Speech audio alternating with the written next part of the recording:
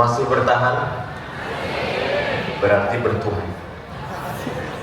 Kalau Tuhan pergi ke Medan, jangan lupa membawa kawan.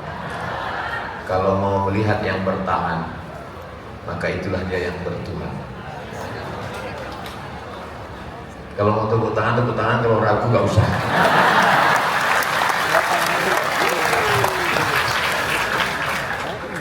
Ada Kabil, ada Habil. Memang kalau habis buka ini lupa memang. Datang Kabil mau menimpakan batu besar ke kepala Habil. Apa kata Habil? La imbasatta ilayya yadaka litaqtulani. Kalau engkau ulurkan tanganmu memegang batu besar itu untuk membunuh aku, menimpakannya ke kepalaku, ma ana bibasitin yadiya ilaika liaqtulak.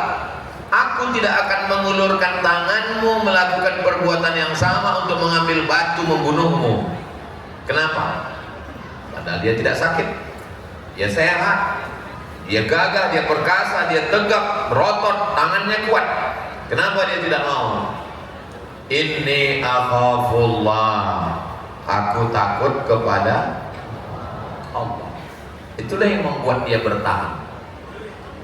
Kalau memang dia bertahan, kenapa dia meninggal Ustaz? Kenapa dia mati? Maksud bertahan itu bukan berarti dia nggak mati. Betapa banyak orang yang mati, tapi namanya bertahan dalam kebaikan. Betapa banyak orang yang hidup, tapi sebenarnya dia tidak bertahan. Ada banyak orang yang mati, tapi dia bertahan. Nabi Musa sudah meninggal atau masih hidup? Sudah meninggal. Fir'aun masih hidup atau sudah meninggal? Sudah meninggal. Saya sudah ceramah dari ujung-ujung ke ujung, belum pernah orang datang, Ustaz Somad, kenalkan saya keturunan Fir'aun. Itu yang dimaksud dengan bertahan itu. Namanya tidak akan kekal abadi dalam kebaikan. Jadi jangan nanti katanya kalau bertahan, bertuhan, yang bertuhan bertahan, tapi buktinya yang bertuhan kok malah mati. Ini bukan masalah cerita mati, karena resiko hidup adalah mati. Takut mati jangan hidup. Takut hidup mati aja. Hidup ini kan kalau bahasa kampung saya, life is take risk. Hidup itu berani mengambil resiko. Resiko muda adalah tua. Maka kalau takut tua jangan lahir. Jadi ketika kita sudah mengambil hidup, berarti kita siap mengambil segala resiko. Itu yang perlu diluruskan, bahwa yang dimaksud dengan bertahan bukan berarti tidak mati, tapi kita tetap bertahan dalam kebaikan. Mudah-mudahan kita semua bertahan dalam kebaikan. Bertahan dalam kebaikan itu bahasa lainnya adalah istiqomah. Ini kalau saya lihat, ini sudah malam yang ke-15 atau berapa? Hah? Ke-11? Berarti masih sehat. Ada yang bilang ini malam pertama, baru mulai tadi puasa. Oke. Lalu kemudian Nabi Nuh alaihi salam, daraballahu mathalan lil ladzina kafaru imra'ata Nuhin wa imra'ata Lut. Perumpamaan orang-orang yang ingkar kepada Allah adalah istri Nuh. Nabi Nuh itu berhadapan dengan dua orang yang ring satu. Yang pertama istri, yang kedua anak. Bayangkan melihat anak, buah hati, belayan jiwa, untayan cinta dan kasih sayang mau tenggelam. Kalian gak bisa bayangkan orang masih jomblo. Ya Rabbi ya Allah, inna bani min ahli. Ini anakku ya Allah. Ini anakku ya Allah. Ya sudah mau tenggelam. Hujan 40 hari 40 malam, seluruh belahan bumi mau tenggelam. Inna bani min ahli, anakku ya Allah. Apa kata Allah? Innahu laisa min ahlik, dia bukan anakmu. Innahu laisa min ahlik, dia bukan anakmu. Innahu amalun ghairu salih, karena amal dia tidak baik. Bertahan Nabi Nuh. Ujian yang terberat adalah ketika berhadapan dengan ring satu ini. Mudah-mudahan kalian semua lulus mendapatkan istri yang solihah. Tapi jangan ditumpahkan habis cinta itu hanya kepada satu orang, lalu ketika kalian mau menikahi dia kalian katakan kaulah satu-satunya. Jangan, nanti kalian stres. Cinta ditolak, kampak bertindak. Jangan sampai. Jadi kalau mau minang perempuan, bilang sama dia, aku tidak mau ada hubungan yang haram di antara kita. Aku mau baik-baik, ku pinang kau dengan bismillah. Kalau kau mau, maka kau adalah bidadari surga. Kalau kau tak mau, bunga bukan setangkai, kumbang bukan seekor, patah tumbuh hilang berganti, hilang satu tumbuh seribu. Tunjukkan bahwa kau tegar, gitu. Jangan melelehkan air mata, jantan. Kalau mau nangis setelah pulang, menangislah di atas sajadah. Tiba-tiba dapat undangan dia, undangan pernikahan, datang menunjukkan kau bertuhan, makanya kau bertahan. Datang naik ke atas pelaminan itu, ucapkan barakallahu.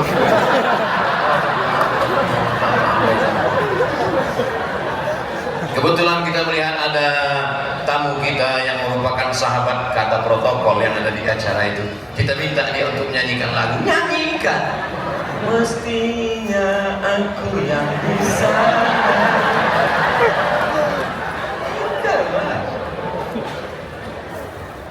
Jadi tunjukkan bahwa kau bertuhan, bahwa hidup ini kan mau orang kaya, mau pejabat, mau orang berotot, mau hebat. Hidup ini yang terdiri dari jantung, nafas, paru, buah pinggang, tulang, kulit, darah. Siapapun yang kita letakkan di atas ini, pejabat, orang kaya, konglomerat, diplomat, penjual tomat, ustadz, semuanya sama. Yang terdiri dari tulang, kuku, bulu, kulit, jantung, paru. Apa bedanya? Nggak ada. Yang membedakan yang sejengkal ini kan. Cuma ini yang membedakan, sejengkal ke atas, sejengkal. Kalau di face off ini sudah. Nafas kita, nafas cuma dua, sekali tarik ke atas, sekali hembus. Sekali tarik, sekali hembus. Makanya disebut menghembuskan nafas yang terakhir. Nggak bisa ditarik lagi. Inilah hakikat manusia. Lalu yang membedakannya apa? Yang membedakannya ketika kita bertuhan. Jadi sesungguhnya faqsusil qasas, ceritakan kisah-kisah itu. Kisah yang mana? Kisah yang ada dalam Al-Quran itu. Al-Quran bercerita tentang orang-orang yang bertuhan. Nabi Nuh itu ujiannya berat sekali. Ya Allah, ya Allah, ya Allah, ya Rahman, jangan sampai kami mengalami beban yang seperti dialami Nabi Nuh. Rabbana la tuhammilna ma la taqata lana bih. Jangan berikan kami beban yang kami tidak sanggup untuk memikulnya ya Allah. Amin. Mendapatkan istri mak lampir, mie blorong, sendil bolong, suster ngesot. Heran juga saya, kenapa hantu itu kebanyakan perempuan?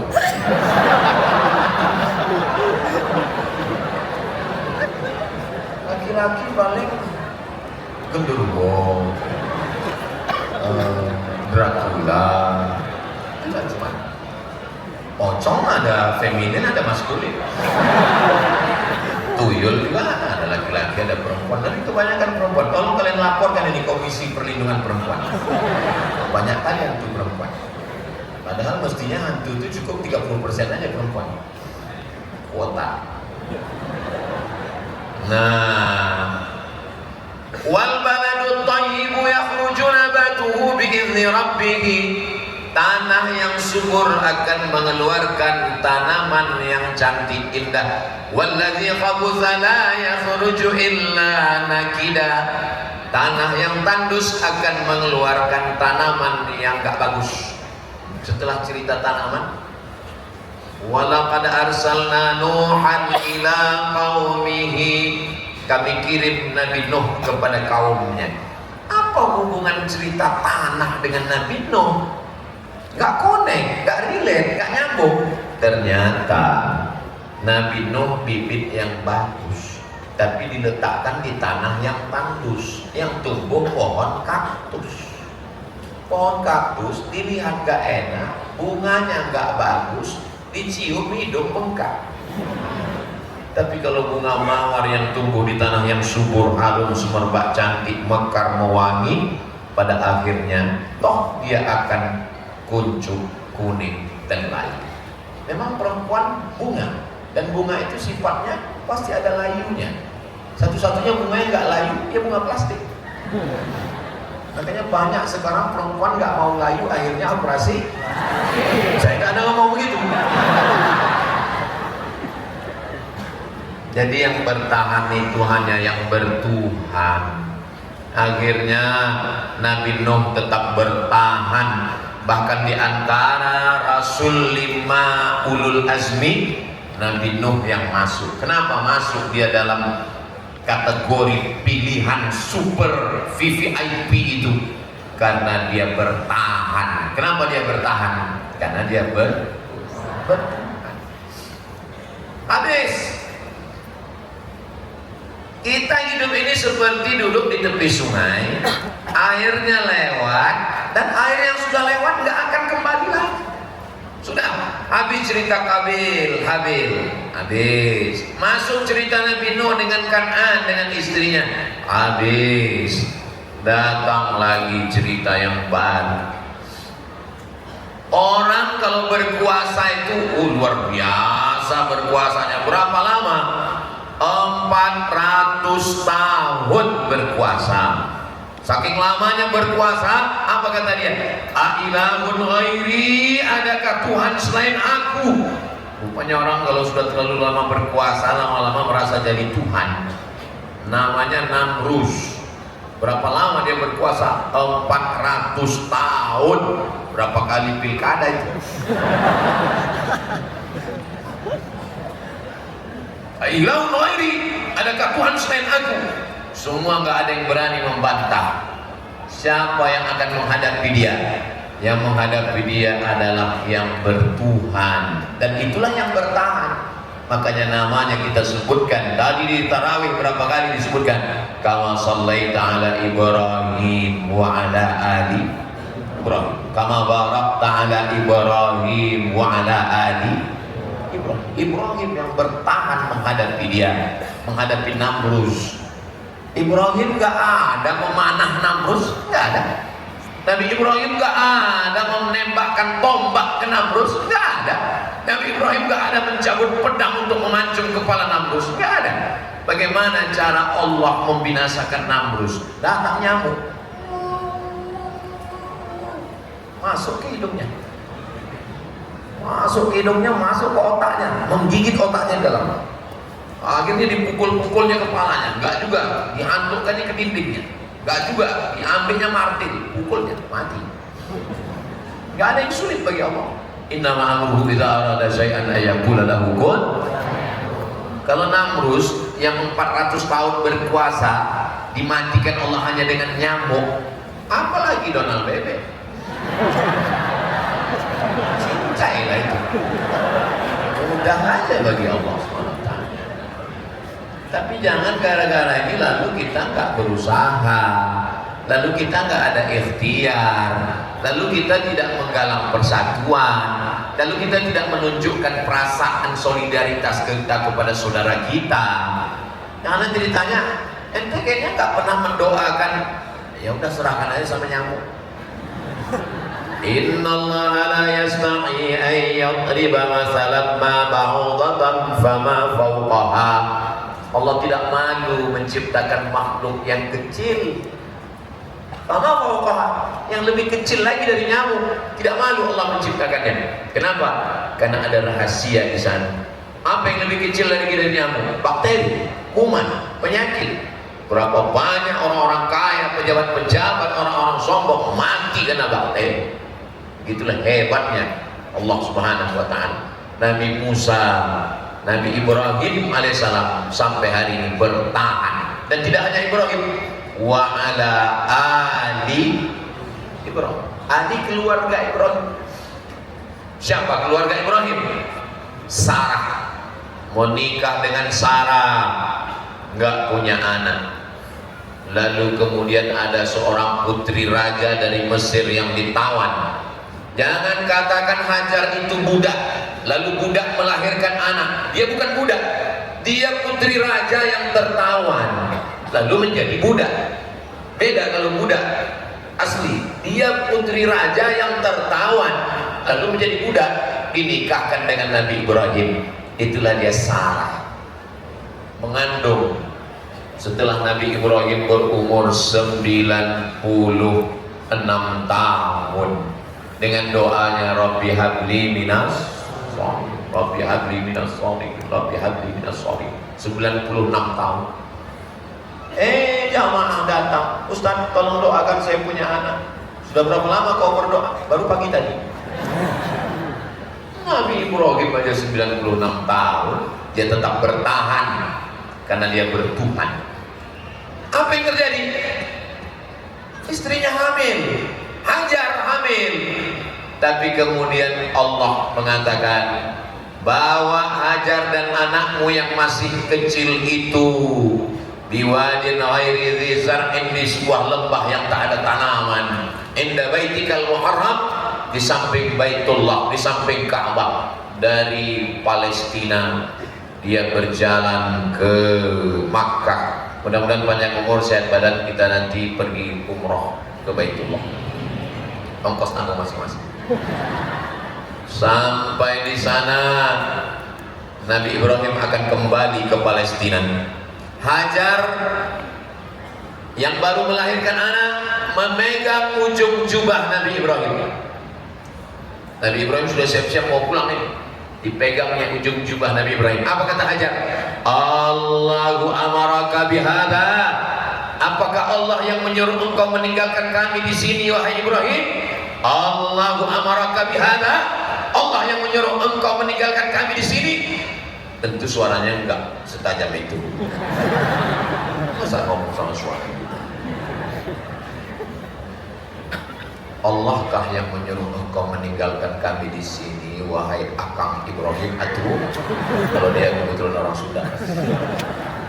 Apa jawab Nabi Ibrahim? Nabi Ibrahim hanya menjawab dengan satu kata, na'am, iya. Langsung Hajar melepaskan tangannya dan berkata, idzan la yudayyi'ana. Kalau memang Allah yang menyuruh, dia tidak akan menyia-nyiakan kami. Kenapa dia bertahan? Karena dia bertuhan. Perempuan, anak raja, punya suami, nabi, mengandung anak kecil, melahirkan anak kecil, ditinggalkan di lembah yang tak ada tanaman, lumut pun tak ada, karena tak pernah turun hujan, kering kerontang. Bayangkan sendiri Saudi Arabia musim panas, jangankan kita, sendal swallow begulung macam martabak, panasnya minta ampun. Ditinggalkan di situ. Kenapa dia bertahan di situ? Karena dia bertuhan. Apa kata dia? Yang meninggalkan kami pencari rezeki, dan yang bersama kami di sini pemberi rezeki. Yang meninggalkan kami Ibrahim pencari rezeki, dan yang bersama kami di sini pemberi rezeki. Lalu kenapa kami mesti khawatir? Istri-istri yang tegar beginilah yang mesti kalian cari. Baru pergi sebentar beli mie ayam, jangan, semua akan prek pada masanya.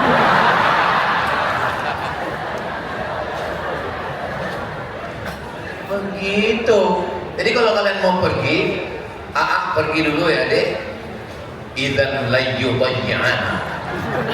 Yang pergi mencari rezeki, yang di sini pemberi rezeki, tinggalkan nomor rekening dan kartu ATM. Mau touring silakanlah touring, mau mancing silakan mancing. Begitu menjadi istri yang tegar. Saya ngomong begitu menghadap matanya ke kalian.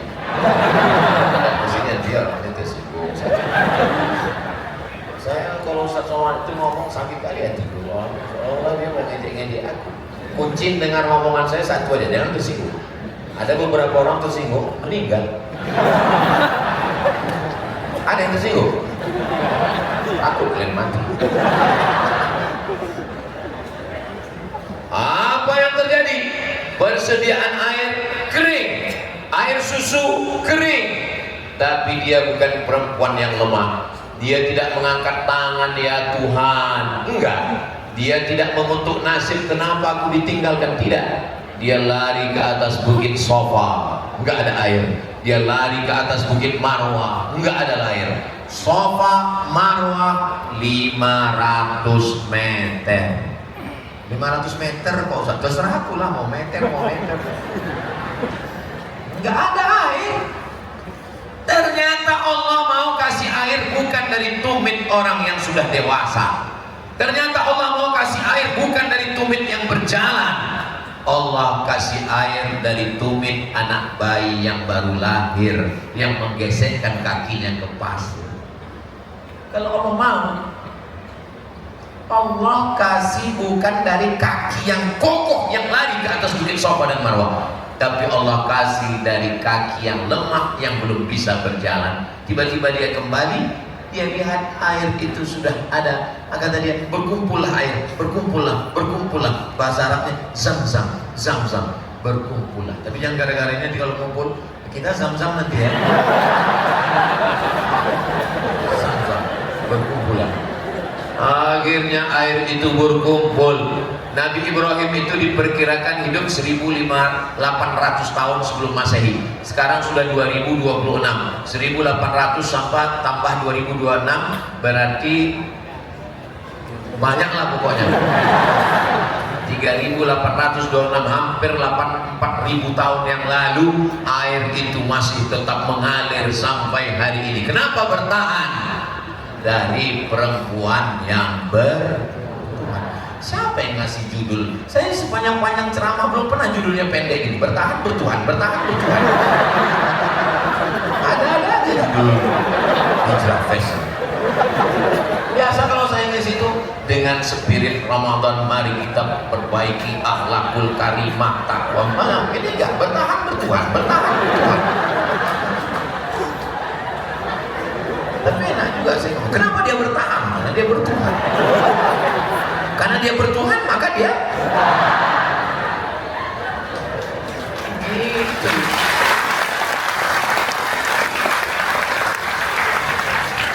Akhirnya air itu mengalir dan kita sampai hari ini meminum airnya dengan gelas yang kecil. Saya waktu kecil dibawa emak saya menjenguk tetangga baru pulang haji. Saya tengoklah gelas itu, mak kasih tadi deh. Apalah maksud orang ini? Kita nggak tahu kan, masih SD saya. Sekarang baru saya tahu, rupanya payah kali ngambil air itu. Sekarang saya pulang, saya kasih gelas lebih kecil lagi dari saya.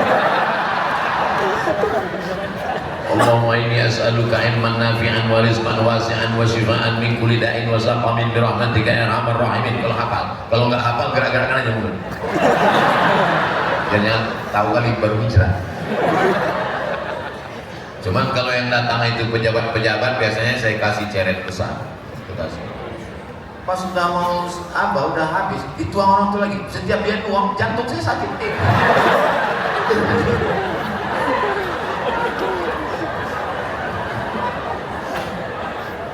Orang itu pun nggak tahu sedikit diminumnya juga. Apalah salahnya dibiarkannya aja gitu kan? Nah, ternyata begitulah Allah ingin menunjukkan siapa yang bertuhan dia akan bertahan. Setelah anak remaja, falamma balagha ma'ahu sa'ya, ketika sudah sampai dia bisa berusaha, apa yang terjadi? Datang Nabi Ibrahim alaihissalam. Ya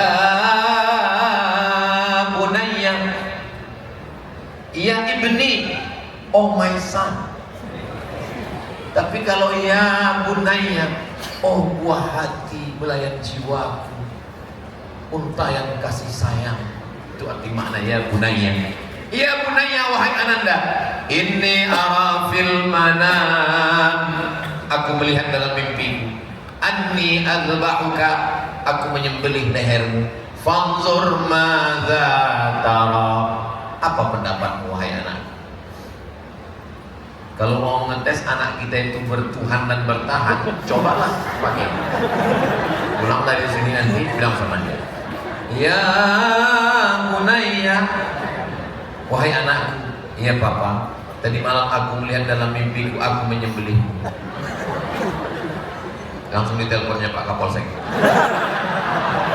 Pak, lihatnya yang udah agak lain gitu ya. Apa jawab Nabi Ismail? Ya abati. Lihat jawabannya. Kalau sekedar ayah, ya abi. Tapi di atas itu yang lebih lembut, ya abati, if'al ma tu'mar, laksanakan perintah Allah, satajiduni insyaallah minas sabirin. Kalau Tuhan pergi ke Makkah, jangan lupa singgah ke Madinah. Sudah lama saya tausiah, di acara Hijrah Fest ini kamera pun pakai abaya. Itulah cuma orang yang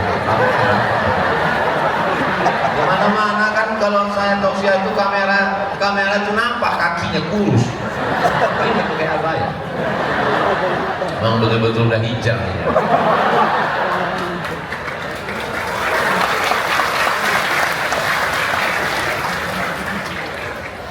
Apa kata Ismail alaihissalam? Ya abadi, wahai ayah, if'al ma tu'mar, laksanakan perintah Allah, satajiduni insyaallah. Lihat, kenapa dia bertahan? Insyaallah. Dia tidak mengatakan sembelihlah ayah, enggak. Satajiduni insyaallah minas sabirin. Dibawanya anaknya itu ke atas bukit. Bukitnya itu nanti kalau kita berdiri di antara bukit-bukit, tempat melontar jumroh ula, jumroh wusta, jumroh aqabah, mengarah ke istana raja, ada seperti kubah kecil. Disitulah tempat penyembelihan Ismail. Sudah sampai pisau itu watallahu lil jabin, sudah terasa sejuknya di leher. Gimana ada rasa sejuk di leher? Nanti pulang dari sini, ambil pisau di dapur itu, letakkanlah di sini. Sudah terasa sejuk leher. Nanti yang tinggal di kos-kosan sama kawan, bangunkan kawan sahur nanti. Yang payah dibangunkan sahur nggak juga bangun nggak juga. Ah, letakkan. Terasa mak sejuk nih katanya. Tinggal tarik sedikit aja lagi. Disitulah fafadainahu bidzibhin azim, kami tebus dengan seekor kambing kabs yang besar. Dia sudah lulus, bapaknya lulus dan anaknya juga lulus. Kenapa? Karena mereka bertuhan. Sudah putus sudah tauhidnya kepada Allah Subhanahu wa ta'ala. Bagaimana dengan Sarah? Hajar sudah selesai. Sarah yang sudah divonis maaf mandul, gak akan punya anak, suaminya sudah tua. Ternyata Sarah melahirkan anak, dan jarak umur antara Ismail dengan Ishak 13 tahun. Jika umur Ibrahim waktu Ismail lahir 96 tahun, jarak usia Ismail dengan Ishak 13 tahun, berapakah umur Nabi Ibrahim waktu Ishak lahir?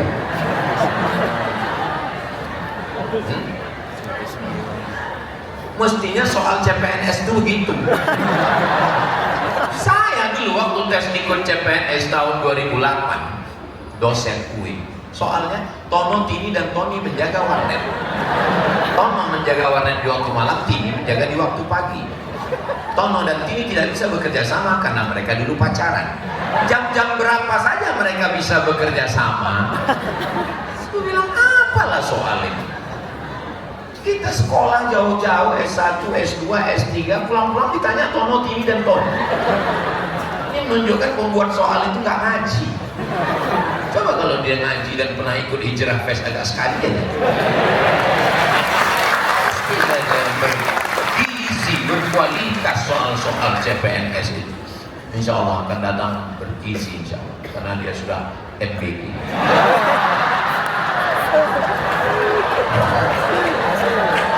Nah, dia memang iklan itu masuknya 30 menit. Lalu kemudian ternyata hamil. Ishak bahasa Ibrani-nya, bahasa Arabnya yadhak, yadhak, dhahika yadhaku, yadhak, yadhak, artinya tersenyum. Ishak itu artinya tersenyum. Kenapa tersenyum? Nabi Ibrahim tersenyum melihat perbuatan Allah terhadap dirinya. 96 tahun gak punya anak, istri sudah divonis mandul, menikah dengan Sarah, diantarkan Hajar ke tempat yang jauh, ternyata punya anak, senyum.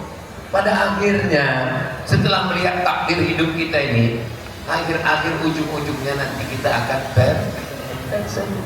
Saya kalau saya lihatlah takdir Allah ke hidup saya, Allah, akhirnya saya tersenyum juga. Tengoklah senyum saya. Tersenyum saya melihat bagaimana Allah mengatur hidup saya. Pulang saya kuliah LC Al-Azhar Mesir, MA Maroko, LC MA, lagi cemas mencari anak gadis. Satu pun gak ada orang yang mau mengasihkan anaknya ke saya. Dia khawatir nengok saya kurus kering mati kan. 17 lamaran untuk nyari kerja, filenya masih saya simpan sampai sekarang di laptop saya. Bolak-balik ganti laptop, tapi file itu nggak boleh hilang. Untuk mengenang bahwa hidup morat-marit, pontang-panting, tunggang langgang, lintang tukang. Kepala jadi kaki, kaki jadi kepala. Lamaran ke sini, lamaran ke sini, lamaran ke sini, nggak ada. Sampai akhirnya saya ikut tes dosen di UIN Ciputat, Jakarta. Saya ikut tes dosen. Tes bahasa Arab, TOEFL, Test of Arabic Foreign Language, lulus. Mesir 4 tahun, Maroko 2 tahun, kecil kan? Ya tepuk tangan dulu, sedih nanti ceritanya.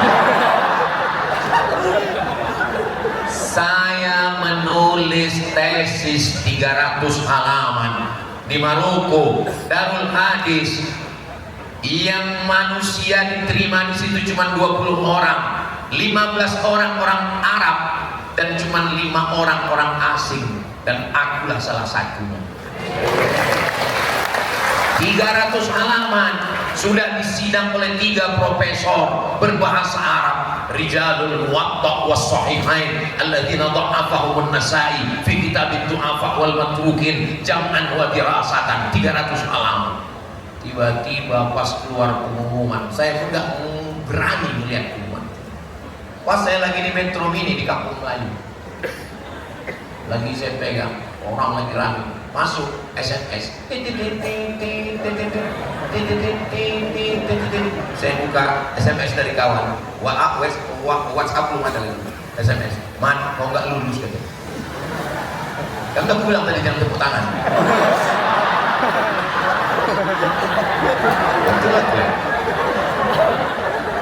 Man, mau nggak lulus katanya. Turun saya di terminal Kampung Melayu, saya injak aspal Kampung Melayu itu kayak lembut kayak dodol.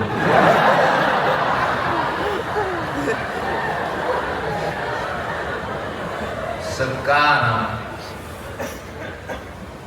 kemarin saya ceramah di kantor masjid Menteri Pendidikan, 3 menteri, Menteri Pendidikan Tinggi, Menteri Pendidikan, Menteri Kebudayaan, wakil-wakil menteri. Pada akhirnya saya tersenyum melihat takdir saya. Begitulah Allah mempermainkan. Tuh banyak sendiri-sendirinya lagi. Kan mau cepat aja.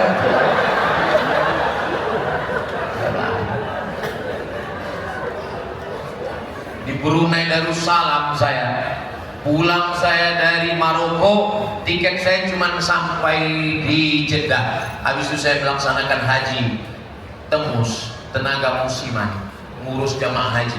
Habis itu 3 bulan saya kerja nyari duit. Habis itu saya pun pulang beli tiket ke Brunei Darussalam. 15 hari habis visa, keluar saya sebentar ke Kucing. Habis itu masuk lagi 15 hari habis visa, keluar lagi saya ke Kucing. 40 hari saya ngelamar nyari kerja ke sana kemari, nggak ada satu pun dapat. Makanya kemarin waktu saya ceramah di depan Sultan, ada yang tonton video ini? Kalau belum nanti ku share. Datanglah orang berbisik ke saya, Ustaz Somad, ya, ini yang di atas ini semuanya orang Brunei. Belum pernah dalam sejarah orang asing ada di sini. Ustaz lah orang pertama yang ada di sini. Tersenyum saya melihat takdir, bagaimana Allah mempermainkan nasib saya itu. Tapi saya berdoa, jangan sampai kalian macam aku, nggak kuat kalian. Biar aku aja.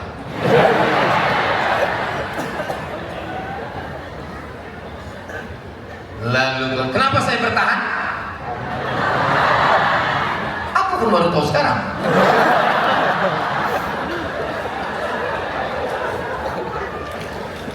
Habis.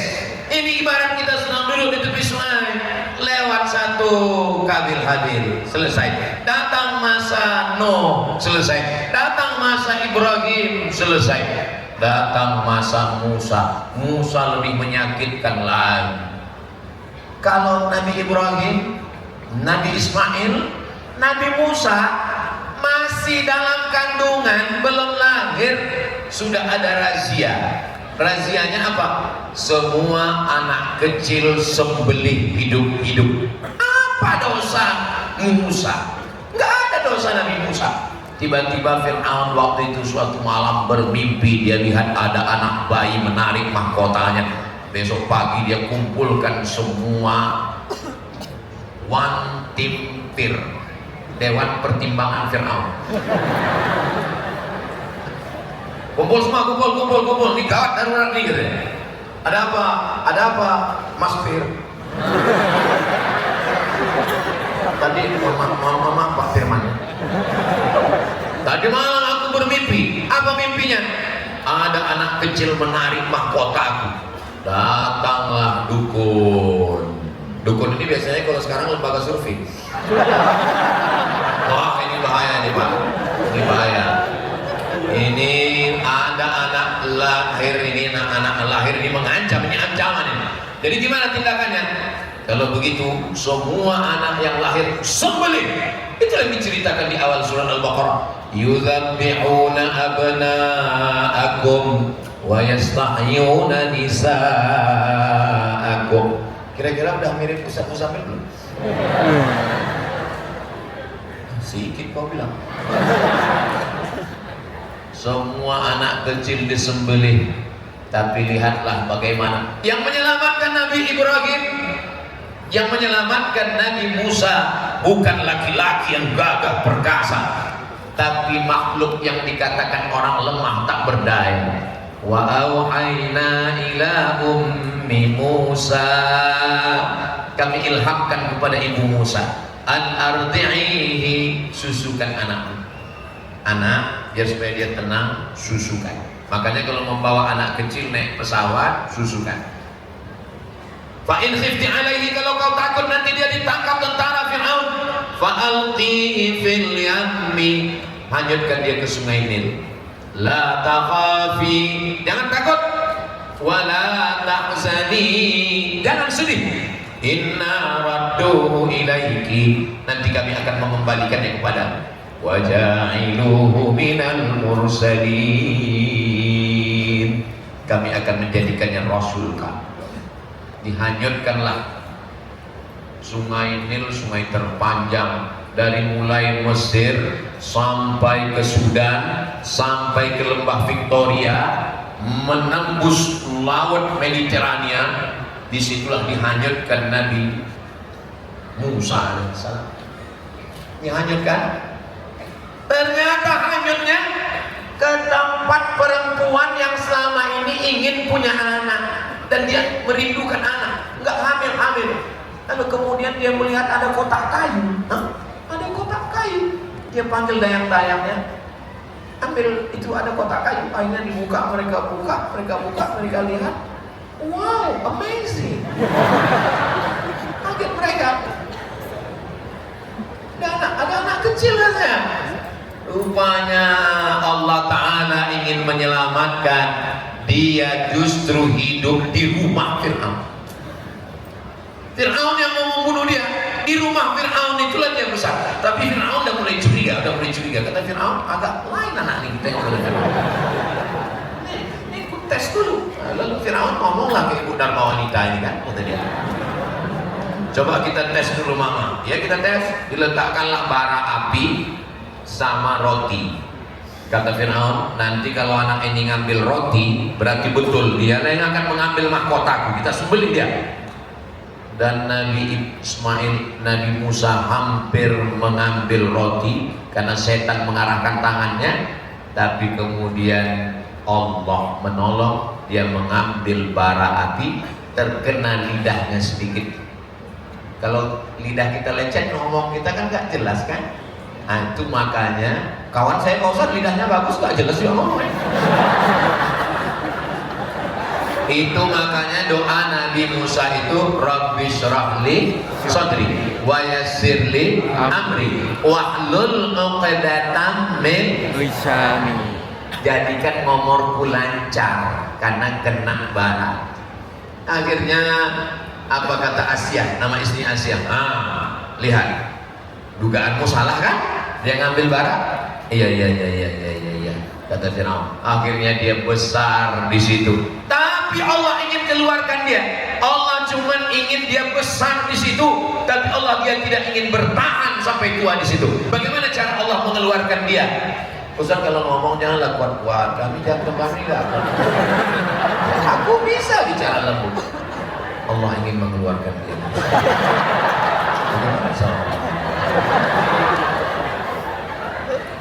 Maka dikeluarkan Allah.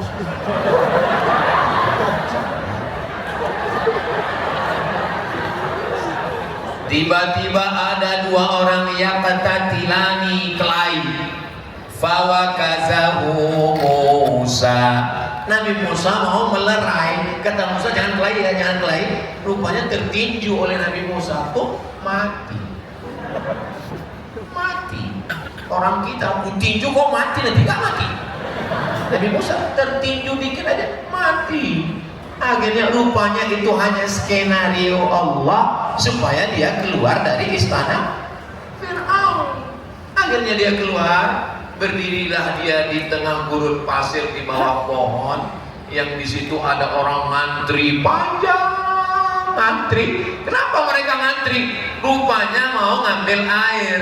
Sumurnya ketutupan batu yang bergelinding dari atas bukit menutup pintu sumur, sehingga ngambil. Datang Nabi Musa. Ada apa ini? Ini ketutup pintu. Didorong sama Nabi Musa batu. Batu ini sudah didorong 30 orang nggak bergerak. Didorong Nabi Musa bergeser. Pantasan sekali pukul mati. Tenaga 30 orang. Dia orang. Nah, kata mereka, karena kau yang bisa mendorong, silakan kau ngambil air duluan. Bukan aku, kata Nabi Musa.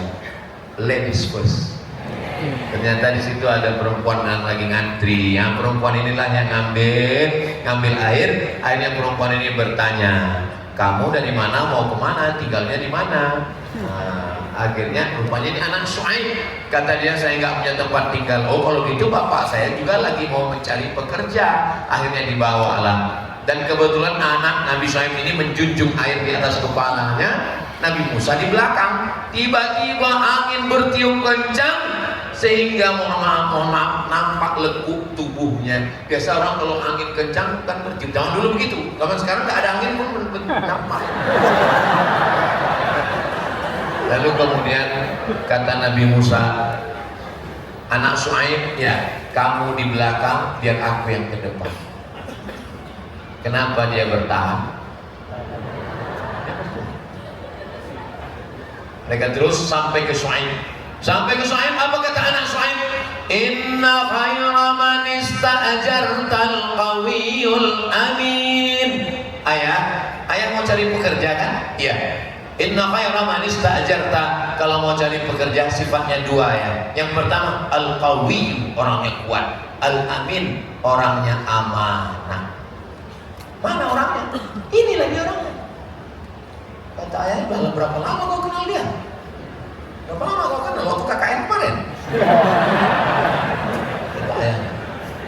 Kata ayah, aku nggak ada kenalan sama dia, aku nggak ada pacaran sama dia. Terus bagaimana kau tahu? Tadi kami ngantri mau ngambil air, itu sumur tertutup batu, 30 orang nggak bisa geser, dia geser sendiri. Di situ aku tahu dia kuat. Oh. Terus dari mana kau tahu dia amanah? Tadi aku berjalan di depan, tiba-tiba dia suruh aku ke belakang karena dia tidak mau melihat lekuk tubuh kami ditiup angin. Jadi kenalan dengan laki-laki itu nggak perlu sampai 5 tahun pacaran untuk mengetahui sifatnya. Cukup sekali perjalanan cari tempat sumur yang ada batunya. Lalu dia geser. Bisa dia geser, bilang sama dia, "Kau lulus fit and proper test." Ini sampai kenalan 5 tahun. Apa ini? 5 tahun nggak nikah-nikah, itu sama dengan iklan roti. Dibuka, dijilat, dicelupin, nggak makan-makan. Yang rugi laki-laki apa perempuan? Ngaku lagi. Akhirnya dipekerjakan oleh dia. Kata Shu'aib, perempuan dengan laki-laki yang baik tidak boleh dipisahkan, maka kalian mesti dipersatukan. Tapi maharnya samania hijaj. Kau nikah dengan anakku, maharnya 8 musim mengembala kambing. 8 musim itu artinya 8 tahun. Digenapkan Nabi Musa menjadi 10 tahun. Nggak ada satupun ayat Al-Quran bercerita tentang cantiknya anak Shu'aib. Nggak ada. Satu-satunya ayat yang bercerita tentang anak Shu'aib cuma 1 ayat. Bagaimana? Tamshi ala istihya, berjalan dengan sifat malu-malu. Ternyata kalau ada perempuan yang menjaga malu, perempuan yang menjaga kemaluan, perempuan yang memiliki sifat malu, maka dia layak untuk dipinang dengan mahar 10 tahun menjaga kambing bapaknya. Sekarang banyak orang cantik tapi tak tahu, bukan kata saya. Mudah-mudahan Allah menjaga anak-anak muda di semua. Ustaz kok mengatakan mudah-mudahan Allah menjaga anak muda? Kalau orang tua nggak perlu dijaga. Malaikat maut udah dekat. Jangan gitulah Pak Ustaz. Ini kami kan nggak muda semua, ada juga orang tua. Saya tidak melihat ada orang tua di sini. Kalaupun ada, itu hanyalah anak muda yang terjebak di tubuh yang tua. Kenapa Allah buat dia 8 tahun mengembala kambing, disempurnakan 10 tahun? Karena untuk jadi pemimpin mesti sabar seperti orang mengembala kambing. Mengembala kambing, kalau kambingnya 30 berangkat, pulangnya juga mesti 30. Kalau di situ ada kambing jantan, kambing betina, kambing kurus, kambing gemuk, kambing hamil, maka semuanya mesti selamat. Maka mestinya menjadi pemimpin, presiden, bupati, gubernur, wali kota, DPR, DPRD, DPD, mesti fit and proper testnya disuruh gembala kambing. Mengembala, menjaga, kesabaran, mengayomi, melindungi. 30 ekor kambing ini jangan sampai ada yang diterkam serigala, jangan sampai ada dimakan oleh binatang buas. Begitulah cara. Setelah dia siap, barulah Allah mengatakan kepada dia, idhab ila Fir'aun, pergi ada Fir'aun, innahu tagha, dia sudah melampaui batas. Wahai Musa, pergilah engkau menghadapi Fir'aun, dia sudah melampaui batas. Tapi katanya Pak Ustadz yang bertahan itu cuma bertuhan, ya. Nabi Musa bertahan, tapi Fir'aun bertahan juga. Mana bertahan? Mati dia, tenggelam di Laut Merah. Tapi Nabi Musa meninggal juga Pak Ustadz. Makanya definisinya bukan berarti bertahan itu nggak mati, sama-sama meninggal. Tapi Fir'aun matinya dalam keadaan su'ul khotimah, sedangkan Nabi Musa dikenang sepanjang zaman. Sampai hari ini orang Israel tetap memuliakan Nabi Musa. Nasrani mengakui Nabi Musa dan Islam mengakui Nabi Musa. Berapa orang di Indonesia ini yang namanya Musa? Coba survei. Oh, itulah banyaknya. Lalu kemudian Fir'aun itu sengaja diabadikan Allah. Al-yauma nunajjika bibadanika. Hari ini kami selamatkan engkau dengan badanmu, tidak dimakan cacing tanah. Ya tapi parau-parau yang lain juga banyak yang mati Pak Ustadz. Ini yang dimumi, ini yang nggak dimakan cacing tanah, nggak busuk. Terus bagaimana cara membedakan ini parau? Yang mana parau yang ketemu dengan Nabi Musa itu yang mana? Yang di dalam paru-parunya ada garam. Yang lain nggak ada garam. Kenapa di dalam parunya ada garam? Karena tersedak air Laut Merah. Waktu dia tenggelam di Laut Merah itu tersedak. Kita kalau minum tersedak air sakit nggak? Lebih sakit lagi kalau tersedak air garam. Mau merasakan gimana sakitnya mati Fir'aun? Nanti sahur ambil air garam, masukkan ke dalam, beri sakit minta ampun. Namrus mati karena nyamuk, Fir'aun mati karena Laut Merah. Air menyelamatkan Musa, air menenggelamkan Fir'aun. Tenggelam, tak ada yang sulit bagi Allah Subhanahu wa Ta'ala. Kenapa Musa bertahan? Karena dia berdoa. Sedangkan Fir'aun apa kata dia? Ana rabbukumul a'la. Aku adalah Tuhan kamu yang maha tinggi. Mati dalam keadaan su'ul khatimah. Makanya kalau ada orang yang kagetan, banyak sekarang saya lihat postingan-postingan itu kagetan, kaget. Seakan-akan dunia ini baru kemarin. Dunia ini udah lama guys. Kenapa kau kaget? Makanya bacalah sejarah-sejarah dalam Al-Quran itu, bahwa Al-Quran bercerita dunia ini sudah tua. Ibarat pentas sudah berapa kali opera sudah bermain, dan kita menonton dunia yang penuh dengan panggung sandiwara, dan pada akhirnya layar yang kembang akan tutup, lampu akan mati, yang di atas pentas akan turun ke bawah. Ini yang ada di atas ini kalau sudah berakhir cerita akan turun ke bawah. Berapa menit lagi Pak Ustaz? 7 menit lagi. Ustaz kau tahu ada menit dari situ. Ustaz berapa lama di atas ini? 60 menit. Habisnya aku akan turun. Yang di atas akan turun ke bawah, dan yang di bawah akan naik ke atas. Kenapa? Membereskan kursi. Iya. Saudara yang dimuliakan Allah, inilah hidup. Inilah hidup. Lalu kemudian berakhir cerita Nabi Musa alaihissalam. Datang lagi seorang perempuan. Perempuan ini ingin punya anak. Apa kata dia bernazar? Inni nazartu laka ma fi batni muharrara.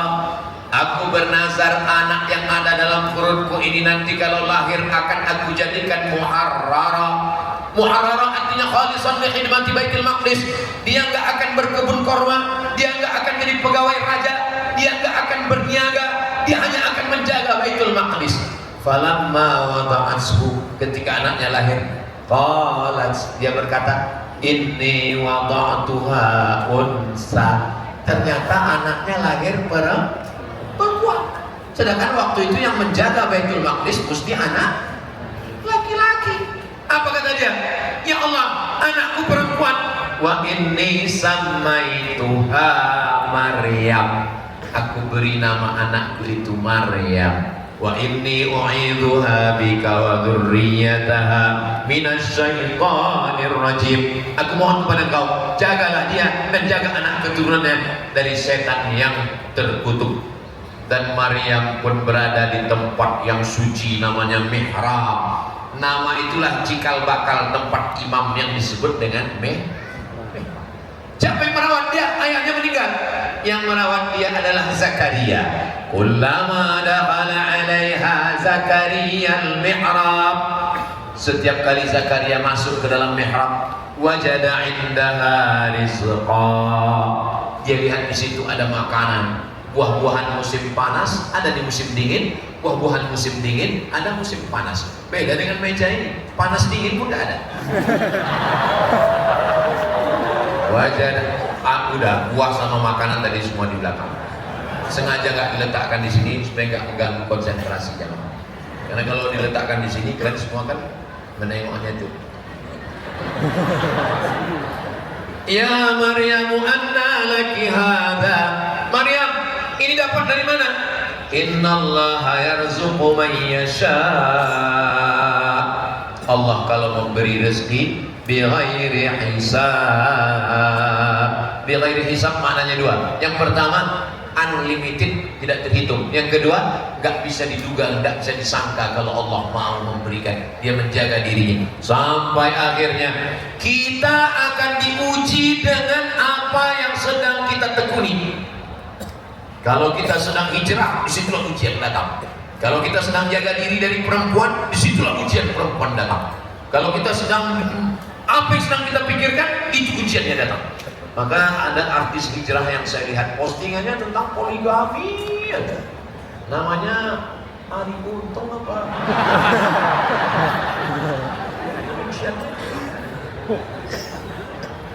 Memang ujiannya begitu. Lalu kemudian apa ujian yang dihadapi oleh Maryam? Datang seorang laki-laki. Fa'arsalna ilaiha ruhana. Kami kirim kepada dia malaikat Jibril. Fatamassala laha basharan sawiyya. Malaikat Jibril datang dalam bentuk anak muda yang ganteng. Apa kata dia? Aku datang ingin membawa pesan dari Allah Subhanahu wa taala. Aku akan memberikan kepada engkau ghulaman zakiyya, anak yang suci dari dosa-dosa. Apa kata Maryam waktu itu? Anna yakunu li ghulamun, bagaimana mungkin aku bisa punya anak? Walam yamsasni basharun, aku tidak pernah disentuh laki-laki. Walam aku baghiya, dan aku pun tidak pernah menjadi orang yang jahat. Begitulah ujian datang sampai akhirnya dia melahirkan anak. Dan ketika dia melahirkan anak, dia mesti pergi ke tempat yang jauh, makanan qasiyah, tempat yang jauh. Kenapa? Karena kalau di kota orang sudah mulai ngobrol, gosip, seliweran berita macam-macam. Pergi dia ke tempat yang jauh dan dia bersandar di sebatang pohon kurma. Ketika dia bersandar di sebatang pohon kurma sambil memegang Isa, apa kata malaikat? Kata Allah kepada dia, wa huzi ilaiki bi jiz'in nakhlati, goncangkan batang pohon kurma yang ada di belakangmu, tusaqit alaiki rutaban janiyya, akan gugur buah kurma yang ada di bawah. Gugur buah kurma lalu diberikan anak. Itulah maka paling bagus ibu yang baru melahirkan anak makan buah korma, dan anak yang baru lahir juga dikunyahkan Nabi korma, cairannya diberikan. Kenapa? Karena anak baru lahir itu kedinginan, menggigil. Tempat yang paling adem, ayam, nyaman adalah rahim. Maka begitu dia keluar menggigil, makanya biasanya dimasukkan ke dalam apa itu, karburator apa? Inkubator. Akhirnya dia nyaman. Gak mungkin supaya apa? Supaya dia badannya hangat. Gak mungkin dia dikasih bandrek, dikasih minuman, dikasih air, maka disusukan oleh ibunya. Maka kemudian datanglah pembesar-pembesar Yahudi itu mau ngejek. Apa kata mereka? Makana abu kimra'a sau'in, bapakmu bukan penjahat, bapakmu bukan preman, bapakmu bukan perampok. Kenapa kau bisa punya anak? Kenapa kau bisa punya anak? Makana abu kimra'a sau'in, kenapa kau bisa punya anak? Apa yang dilakukan oleh Nabi? Apa yang dilakukan oleh Maryam? Fa'asyarat ilaih, Maryam menunjuk anaknya. Dia tidak berkata-kata, karena kalau dibalas 1000 kata akan dibalas 1010 kata, maka dia tidak membalas. Fa'asyarat ilaih, dia hanya menunjuk anaknya. Oh, ternyata orang yang ngejek kita kalau nggak kita balas itu marahnya minta ampun. Makanya saya nggak pernah balas kan. Mana perhatikanlah di Instagram, di TikTok, di FB, saya nggak pernah balas. Kenapa? Saya nggak tahu passwordnya. Saya Itu admin semua ya. Itu untuk ngasih tahu bahwa jangan sampai Ustaz Somad itu sombong, nggak pernah balas DM sama sekali. Memang saya nggak mau. Kenapa? Saya takut tergoda ujian luar biasa. Sebab beberapa komen itu saya baca, Ustaz jadikan aku yang kedua ya. Saya kan takut juga. Ustaz kan Ustaz, masa Ustaz tergoda? Saya dikasih tahu sama ibu saya, kau hati-hati godaan jadi Ustaz hebat. Aku nih Ustaz mak, yang menggoda kau setannya Ustaz juga. Aku di Taman Mesir mak, setan yang menggoda kau alumni Institut Fir'aun juga. Mudah-mudahan Allah menjaga kita semua. Sebetulnya kisah ini masih panjang lagi, belum lagi kisah Nabi Muhammad, belum lagi imam-imam mazhab, belum lagi sahabat Nabi, belum lagi ulama, panjang lagi. Tapi waktu udah habis. Ini tambah lagi. Intinya kesimpulannya dari yang banyak saya ceritakan tadi, dia menjadi bertahan karena bertuhan. Jadi siapapun yang mendampingi kalian, dia bertahan karena bertuhan. Begitu juga pendamping kalian, dia bertahan karena bertuhan. Kalau nggak bertahan, berarti dia berhantu. Itulah yang saya sampaikan. Selama 1 jam ini banyak kata-kata saya menyinggung perasaan tidak berkenan di hati. Maukah kawan-kawan, sahabat-sahabat memaafkan saya? Alhamdulillah. Terima kasih. Saya tutup dengan pantun penutup. Menangkap puyuh di Bukit Selasih. Thank you dan terima kasih. Masya Allah. Tunggu, ada satu pantun lagi. Tunggu. Minum selasih di atas daun. Terima kasih hatur nuhun. Ada satu lagi. Madiun lemahin teles. Matur nuwun Gusti Allah sing balas. Assalamualaikum warahmatullahi wabarakatuh. Astaghfirullahalazim alladzi la ilaha illa huwal hayyul qayyum wa atubu ilaihi. Astaghfirullahalazim. Astaghfirullahalazim. Astaghfirullahalazim alladzi la ilaha illa huwal hayyul qayyum wa atubu ilaihi.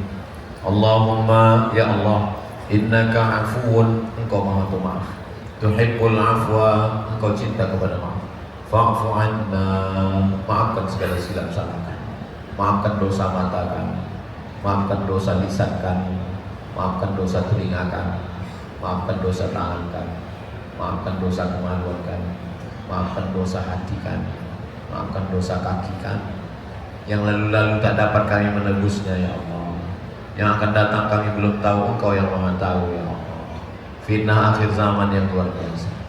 Ampunkan ayah kami yang selalu memikirkan kami. Dia tidak tidur malam demi untuk sekolah kami, keluarga kami. Dia ingin memikirkan masa depan kami. Dia tidak pernah berkata, dia hanya selalu berdoa, bermunajat. Kalau dia masih hidup, sehatkan badannya ya Allah. Kalau dia sudah meninggal dunia, lapangkan kuburnya, ampunkan segala silap salah dosa. Ibu kami yang melahirkan kami, memegang nyawa, robek kulit tubuhnya untuk mengeluarkan kami ke alam ini. Di saat kami mulai besar, dia tidak tidur karena tangisan kami. Di saat kami mulai pandai berjalan, tubuhnya semakin kurus karena menjaga merawat kami. Di saat kami mulai sekolah, berapa kali dia tidak berganti baju hari raya karena untuk sekolah, untuk biaya hidup kami. Tak dapat kami membahagiakannya ya Allah. Ya nasihati, dia berikan kami pelajaran dengan kata-kata yang lembut, tapi kata-kata kasar yang keluar dari lisan kami. Di saat ada orang yang masih hidup, ibunya sanggup memegang tangannya, memeluk tubuhnya. Sebagian kami sudah tak bisa lagi. Kami hanya bisa berada di atas kuburnya, mendoakan Allahumma ighfir laha warhamha wa'afiha wa'fu anha waj'alil jannata mathwaha. Allahumma ja'al quburahum rawdatan min riyadil jinan. Jadikanlah kubur mereka salah satu dari taman-taman surgamu ya Allah. La taj'al quburahum hufratan min hufarin niran. Jangan jadikan kubur mereka salah satu dari lubang neraka ya Allah. Allahumma aslih syababal muslimin, anak-anak muda kami, mereka adalah pelanjut dakwah Islam ini. Kami nanti akan menghadapmu, kami sebagai ayah, Kami akan mati menghadapmu, yang kami tinggalkan anak-anak muda ini. Kuatkan hati mereka ya Allah. Ya muqallibal qulub, Engkau yang membolak-balikkan hati, tsabbit qulubana ala dinik, dalam agama, wa ala ta'atik, dalam ketaatan kepadamu. Di saat mereka menjadi kepala rumah tangga, di saat mereka menemukan jodoh yang baik, di saat mereka punya anak, istri, keluarga, sakinah, mawaddah, warahmah. Mereka sempat mendoakan kami. Itulah yang akan melapangkan alam barzah kami. Itulah yang akan menjadi tetesan air yang akan menghilangkan dahaga kami. Itulah yang akan membahagiakan kami. Rabbana hab lana minas shalihin, jadikan anak kami anak-anak yang saleh dan salihah ya Allah. Allahumma ja'al hadzal balada baladan amina, jadikan negeri ini negeri yang aman dan damai. Allahumma ansur ikhwanana al-mujahidina fi Palestin, tolong saudara kami yang teraniaya di Palestina ya Allah. Seandainya Ramadan ini Ramadan yang terakhir bagi kami, maka jadikanlah Ramadan ini Ramadan yang penuh berkah, sehingga kami tiap malam dapat bertahajud, dapat bermunajat, menghatamkan Al-Quran, dapat kami bersedekah, dapat kami menyambung tali silaturahim, dapat kami merenungkan nasib kami di masa akan datang. Kami ingin mati dalam keadaan Allahumma ja'al akhir kalamina, jadikan akhir kalam kami ketika ajal kami sampai, kalimat yang terakhir keluar dari lisan kami, la ilaha illallah Muhammadur Rasulullah sallallahu alaihi wasallam, kalimat haqqin 'alaiha nahya, dengan itu kami hidup, wa 'alaiha namutu, dengan itu kami mati, wa biha nub'atsu, dengan itu kami nanti akan dibangkitkan di padang mahsyar. Kami rindu kepada Nabi Muhammad sallallahu alaihi wasallam. Abu Bakar Siddiq sempat bersama saat hijrah di Jabal Sur. Sayyidina Umar bin Khattab membelanya, Sayyidina Utsman bin Affan dengan hartanya, Sayyidina Ali dengan ilmunya, Sayyidina Khadijah dengan kekuasaan harta menyelimutinya, sedangkan kami tak sempat bertemu dengannya. Andai di dunia ini kami tidak bisa bertemu, pertemukan kami nanti di surga dengan Nabi Muhammad sallallahu alaihi wasallam ya.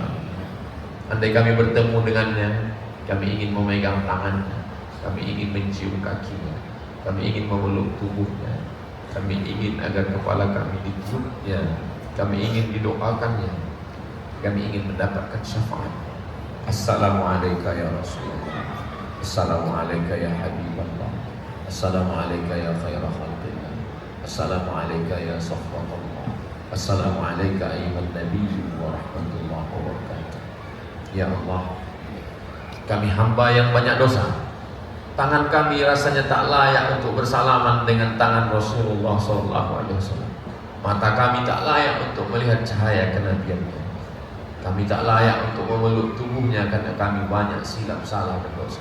Tapi kami tidak pernah putus harap dan asa. Kami selalu berharap pada ampunanmu ya Allah. Dzunubana mithlu a'dadir rimal, dosa-dosa kami sebanyak kuil di laut, sebanyak pasir di pantai. Tapi kami yakin, fa innaka ghafirudz dzambil azim, Engkau Maha Pengampun, Maha Pemaaf atas segala dosa-dosa kami ya Allah. Rabbana zalamna anfusana, kami sudah menzalimi diri kami, wa illam taghfir lana, kalau Engkau tidak mengampuni kami, wa tarhamna, tidak merahmati kami, lanakunanna minal khasirin, pastilah kami termasuk orang yang rugi. Rabbana atina fid dunya hasanah wa fil akhirati hasanah wa qina adzabannar. Sallallahu ala sayyidina Muhammad wa ala alihi wa sahbihi wa sallam, walhamdulillahi rabbil alamin.